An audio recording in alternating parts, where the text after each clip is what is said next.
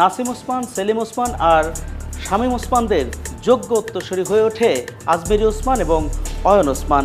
নির্যাতন আর মানুষ খুন ছিল তাদের সাধারণ বিষয়। ওসমান পরিবারের সদস্যদের মধ্যে খুন খারাপিতে সবচেয়ে আলোচিত হন নাসিম ওসমানের বড় ছেলে আজমেরী ওসমান। অন্তত 16টি হত্যার সাথে জড়িত থাকার অভিযোগ নিয়ে শহর দাপিয়ে বেড়াতেন তিনি। এমনকি হত্যা মামলায় তার নাম দিতে চাইলে সেই মামলাও নেওয়া হতো না। বাধাহীনভাবে নারায়ণগঞ্জের আল্লামা ইকবাল রোডে টর্চার সেল বানিয়ে চালিয়েছেন নানা অত্যাচার নিপীড়ন। তার খুনের শুরু হয় 1998 সালে নগরীর চাষারা বালুর মাঠ এলাকায় বাড়ির কেয়ারটেকার নুরুন নবীর মাধ্যমে। অভিযোগ, তার গতিবিধি সম্পর্কে বাবা নাসিম ওসমানকে তথ্য দেয় আজমেরীই তাকে খুন করেন। পরে এই পুরো পরিবারকে আর নারায়ণগঞ্জে খুঁজে পাওয়া যায়নি। 2000 সালের 19 নভেম্বর নগরীর ইজদায়ের উসমানী স্টেডিয়ামের সামনে আজমেরী ওসমান কপালে পিস্তল ঠেকিয়ে খুন করেন তারই এক সময়ের বন্ধু আলমগীরকে। 2009 সালে শহরের আমলাপাড়ায় অজ্ঞাত একজনকে মেরে 14 টুকরা করার অভিযোগ আজমেরীর বিরুদ্ধে।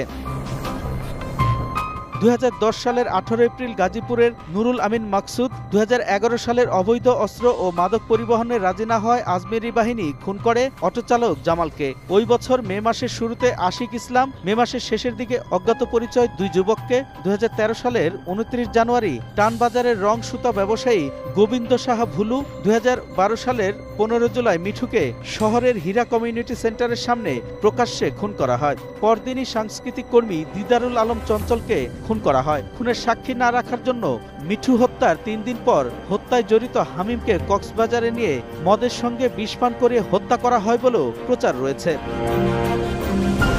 2013 সালের শুরুতে নগরীর মাসদার এলাকায় একটি গায়ে হলুদের অনুষ্ঠানে যান আজমেরী ওসমান। সেখানে গান গাইছিলেন উম্মে হানি নামে এক মেয়ে। আজমেরী অনুষ্ঠানের সব অতিথিকে নামিয়ে দিয়ে মেয়েটিকে ধর্ষণ ও অপহরণ করেন বলে অভিযোগ রয়েছে। পরে ওই মেয়ে আর তার পরিবারকে নারায়ণগঞ্জ শহরে আর দেখা যায়নি। 2013 সালের 6 মার্চ চাষারায় সুধীজন পাঠাগারে যাওয়ার পথে তানভীর মোহাম্মদ তকিকে অপহরণ করা হয়। মার্চের 8 তারিখে শীতলক্ষা নদীর কুমুদিনী পোতাশ্রয় থেকে তার মরদেহ উদ্ধার করা হয়। তকিকে ওসমান পরিবারের 11 জন মিলে হত্যা করেছে এবং তাদেরই টর্চার সেলে। তকির আগে এবং পরে এই আজমেরী ওসমান প্রায় 20টি হত্যাকাণ্ড ঘটিয়েছে।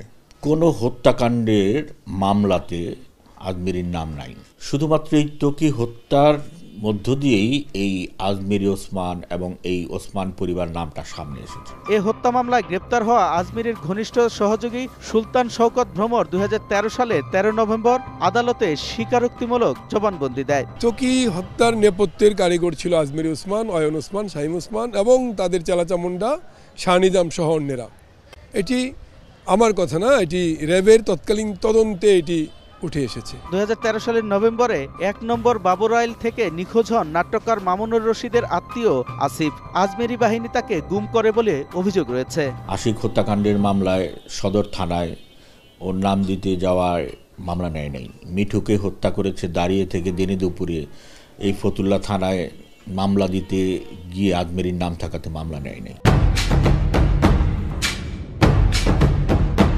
শামীম ওসমানের ছেলে অয়ন ওসমানের দাপটে কাঁপত নারায়ণগঞ্জ।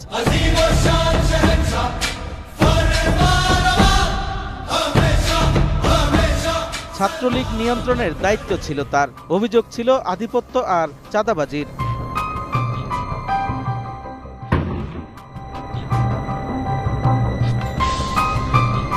তারা নারায়ণগঞ্জকে খুনের নগরী তৈরি করে, নারায়ণগঞ্জে একটি ত্রাসের নগরী তৈরি করে তাদের অর্থের বাণিজ্য অবাধে করে গেছে। সাধারণ জনগণ তাদের কাছে জিম্মি ছিল, সরকারি কর্মকর্তা